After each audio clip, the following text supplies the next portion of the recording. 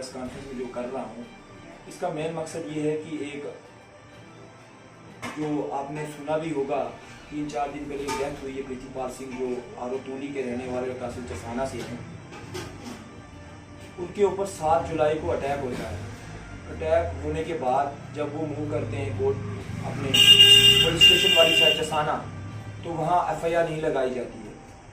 जब FIR ज़बरदस्ती लगाई जाती है तो उसमें जो ऑफेंस लगने थे वो लगे नहीं प्रॉपर्ली। हथियार यूज़ हुआ था और उसे 6-7 लोगों ने मारा था और वहाँ विटनेस भी थे। जो ऑफेंस लगने थे वो लगे नहीं और बेड लगे और छोड़ दिया गया अक्यूज्ड को।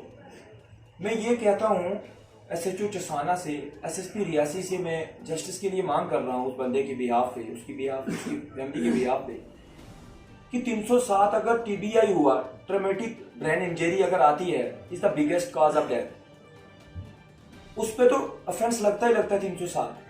वो क्यों नहीं लगा? रीजन क्या है? इसके पीछे हाथ किसका है? हमें SHO चसाना जवाब दे इस चीज का, और हमें वो इंचार्ज पुलिस पोस्ट जो टूली में है वो भी हमें जवाब दे इस चीज का कि ये हो क्या रहा है। क्या ये कानून की धज्जियां उड़ा रहे हो आप लोग? आप तो कानून को वायलेंट कर रहे हो, आप तो कॉन्स्टिट्यूशन को वायलेंट कर रहे हो, ह्यूमन राइट वायलेशन हो रही है। और SDPO मोहर को अगर हम कॉल करेंगे, SDPO मोहर हमें ब्लॉक कर देता है, या हम उसे मैसेज करें वो कहता डोंट मैसेज मी। क्या हम जम्मू में मैसेज करें? मैं SSP रियासी रश्मि वजीर जी से रिक्वेस्ट करता हूँ, डिस्ट्रिक्ट मजिस्ट्रेट हमारे DC रियासी, उनसे भी रिक्वेस्ट करता हूँ कि इस चीज़ को इन्वेस्टिगेट किया जाए और हमारा केस जो है ये ट्रांसफ़र किया जाए। हम चसाना से केस नहीं लड़ेंगे, हम चसाना में केस लड़ने नहीं आएंगे। अदरवाइज पब्लिक जो है जस्टिस के लिए रोडों पे उतरेगी। उस टाइम मत बोला कि तोड़ फाड़ हुई है। हम कानून के तहत उतरेंगे, हम कोर्ट को मूव करेंगे, हम CBI इंक्वायरी करवाएंगे इस चीज़ पे। और हमें कॉल डिटेल्स चाहिए sir, call details SHO Chassana की, कॉल डिटेल्स IO जो तूली में था, कॉल डिटेल्स SHO जो इंचार्ज SHO लगाया गया तूली में, उसकी कॉल डिटेल्स, SDPO मोहर की कॉल डिटेल्स चाहिए हमें, कि प्रॉपरली पता चले कि इनको फोर्स कौन कर रहा है। यहाँ पे मेन कल्प्रेट मैं आपको बताऊँ, इसका मेन जो है वो प्रदीप सिंह है। प्रदीप सिंह जो है वो इंटरफियर कर रहा है, और इस कत्ल का ये एक मर्डर किया गया है। उस इंजरी की वजह से उसको क्लॉट बन गई, अगर उस क्लॉट की वजह से उसकी डेथ होगी। क्यों हुई? कि ये लोग हमेशा जस्टिस के लिए कोई आवाज़ उठाएगा तो उसको हमेशा डोमिनेट किया जाता है। तो इसमें कहीं ना कहीं डॉक्टर का भी हाथ है। डॉक्टर अगर रिपोर्ट में उसको 7 स्टिचेस आते हैं तो डॉक्टर रिपोर्ट में 2 स्टिचेस क्यों लिख रहे हैं? हम सस्पेंशन आर्डर चाहते हैं इन लोगों का, और उसकी फैमिली को ये इंजस्टिस ना हो, उसके साथ उसको जस्टिस मिले। मैं रिक्वेस्ट करता हूँ डिस्ट्रिक्ट एडमिनिस्ट्रेशन से भी और DIG सुजीत कमाल से कि यहाँ जो फैमिली जो सफ़र कर रही है, गरीब बंदा है, उसका मतलब है we are nothing without approach. जो अप्रोच है उन लोगों की अप्रोच यूज़ हो रही है, तो कहीं ना कहीं जाके गरीब बंदा जो है वो सफ़र कर रहा है। और यहाँ पर अत्याचारी है, ह्यूमन राइट की वायलेशन हो रही है और तमाशा देखी जा रहा है।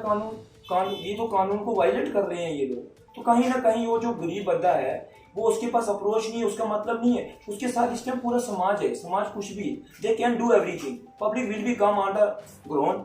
तो हम प्रोटेस्ट के लिए आएंगे, हम जस्टिस के लिए आएंगे। तो मीडिया से भी मैं रिक्वेस्ट करता हूँ जितना हो सकता है इसको हाईलाइट किया जाए इस इशू को। और मैं IG मुकेश सिंह से भी रिक्वेस्ट करता हूँ कि इस मसले को इन्वेस्टिगेट किया जाए और प्रॉपर्ली जो अक्यूज्ड है उनको चार्ज लगाकर और उनके ऊपर कार्रवाई हो। हम रिपोर्ट को नहीं देख रहे, पोस्टमार्टम की रिपोर्ट की, बस उसको हेड इंजरी थी और 1 महीने के बाद बंदे की डेथ होगी। और डेथ होने से पहले कुछ समय पहले उसने SHO चसाना को कॉल की है। वो मोबाइल जो है वो SHO ने पकड़ लिया है, और वो मोबाइल उसने पकड़ा, वो क्यों पकड़ा गया उसका मोबाइल, वो कुछ समय के बाद पकड़ा। जब SHO ने सुना कि मैं इसका मोबाइल में पकड़ लूँ, ये SHO की कमजोरी और SHO का मेन जो है इसमें हाथ है, और SHO जो है इसका रिस्पॉन्सिबल है।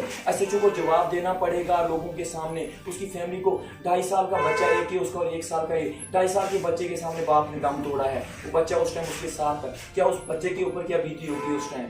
तो मैं रिक्वेस्ट करता हूँ एडमिनिस्ट्रेशन से कि हम इसके लिए हम वेट करेंगे, हम 5-6 दिन वेट करेंगे, हम रिपोर्ट का भी वेट करते हैं। उसके बाद जब तक हमें अक्यूज जो है उनको ऑफेंस ना और चार्जेस ना लगे, उन पे चार्जशीट ना लगे, तब तक हम रोडों से नहीं हटेंगे, हम रोड पे जस्टिस के लिए लड़ेंगे। Thank you so much.